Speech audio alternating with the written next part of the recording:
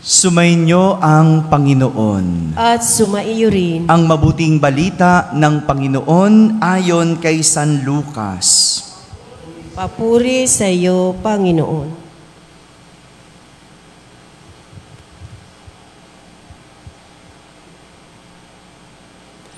Malapit na si Jesus sa Jericho at dooy may isang lalaking bulag na nakaupo sa tabi ng daan at nagpapalimos. Nang marinig nitong nagdaraan ang maraming tao, itinanong niya kung ano ang nangyayari. Nagdaraan si Jesus na taga Nazaret, sabi nila.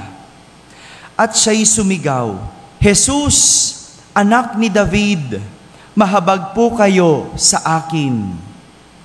Sinaway siya ng mga nasa unahan, ngunit lalo pa niyang nilakasan ang sigaw, "Anak ni David, mahabag po kayo sa akin."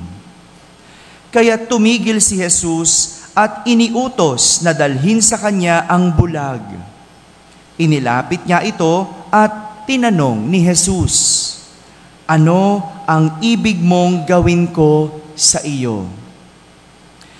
"Panginoon, ibig ko po sana'y manumbalik ang aking paningin," sagot niya. At sinabi ni Jesus, "Mangyayari ang ibig mo. Pinagaling ka dahil sa iyong pananalig." Noon di nakakita siya at sumunod kay Jesus at nagpasalamat sa Diyos. Nang makita ito ng mga tao, silang lahat ay nagpuri sa Diyos. Mga kapatid, ang mabuting balita ng Panginoon. Pinupuri ka namin, Panginoong Hesukristo. Isang magandang umaga po sa inyong lahat.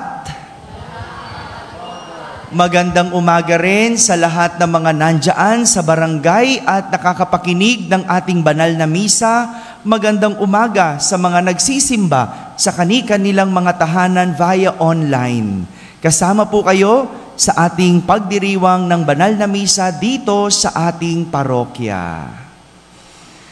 Isang kwento ng pagpapagaling ni Jesus ng isang bulag ang ating ebanghelyo sa araw na ito. Kwento ng bulag. Sabihin nyo nga, bulag. Pakitingnan nga yung katabi nyo kung nakakakita o nakapikit na. Ayan. Habang namamalimos sa daan ang isang bulag, narinig nito na maraming tao ang nagdaraan. Kaya tinanong niya kung ano ang nangyayari. Siguro, nagkakagulo yung mga taong dumadaan. Kasi wala naman siyang nakikita, pero meron siyang nararamdamang parang may nangyayari. O maaari naman, dahil sa dami ng sumusunod kay Jesus, magulo ang paligid. Nararamdaman niya. Kaya nga tinanong niya anong nangyayari?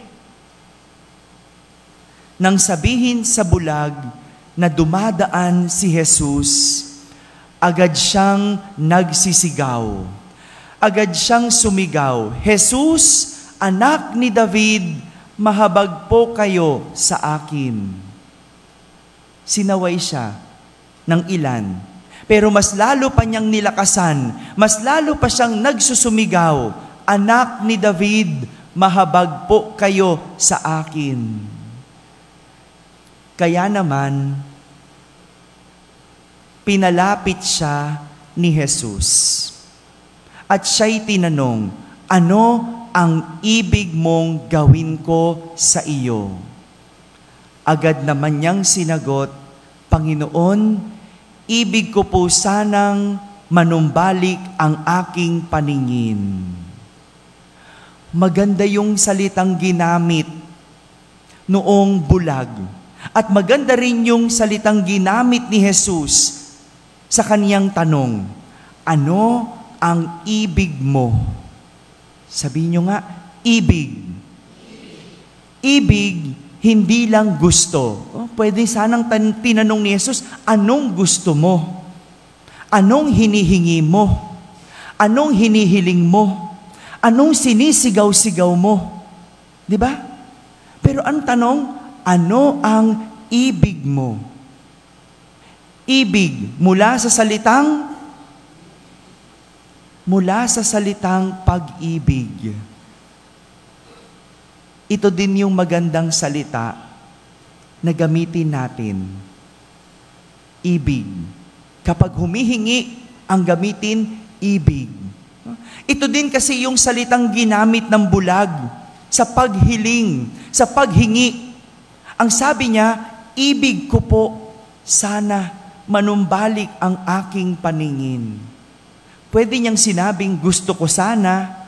Pwede niyang sabihin na, hinihiling ko po. Pero ang sinabi niya, ibig. Magandang ito yung gagamitin nating salita tuwing tayo ay humihiling sa Diyos kung ano ang ating ibig.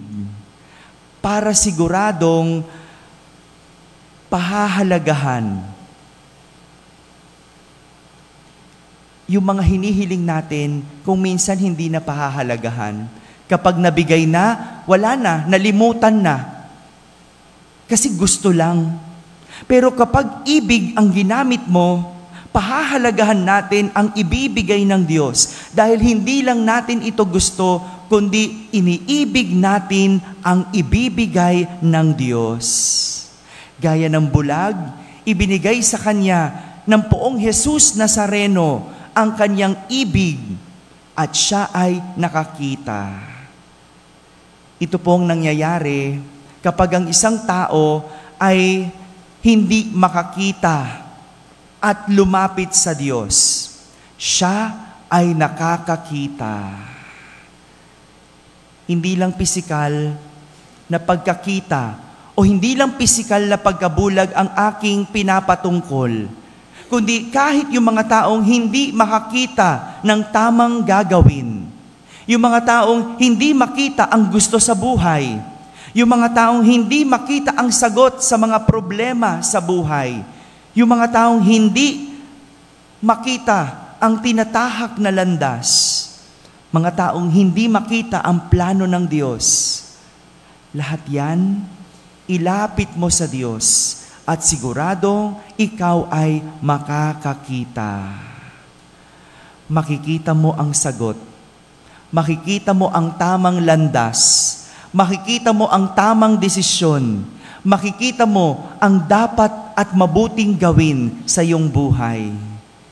Ikaw na hindi makakita, ilapit mo sa Diyos ang iyong pagkabulag at ikaw ay makakakita. Ilapit, ngunit kailangan mong itong ibigin dahil hindi lang dapat gustuhin, ibigin at ibibigay ng Diyos ang nais mong makita. May ilan sa atin, kapag hindi makakita kung saan-saan pumupunta, kung kani-kanino lumalapit, hindi mo na nga makita kung saan-saan ka pa pumupunta. Kaya anong mangyayari? Maliligaw. Hindi mo na nga makita ang sagot kung kani-kanino ka pa nagtatanong. Pumunta kay Jesus. Andito ang poong Jesus Nazareno sa ating simbahan. Pumunta, tanungin, ilapit, idulog kay Jesus. At sigurado, iyong makikita.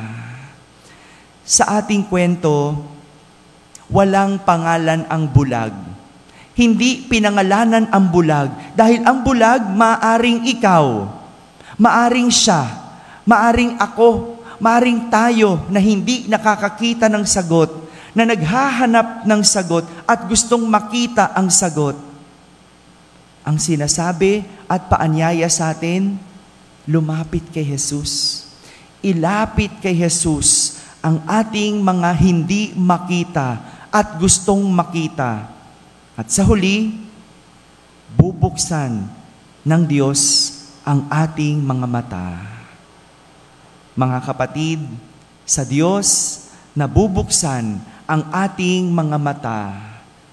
Kung atin lang itong hihilingin, ngunit hindi lang ito dapat gustuhin. Dapat ito ay ating ibig. Amen?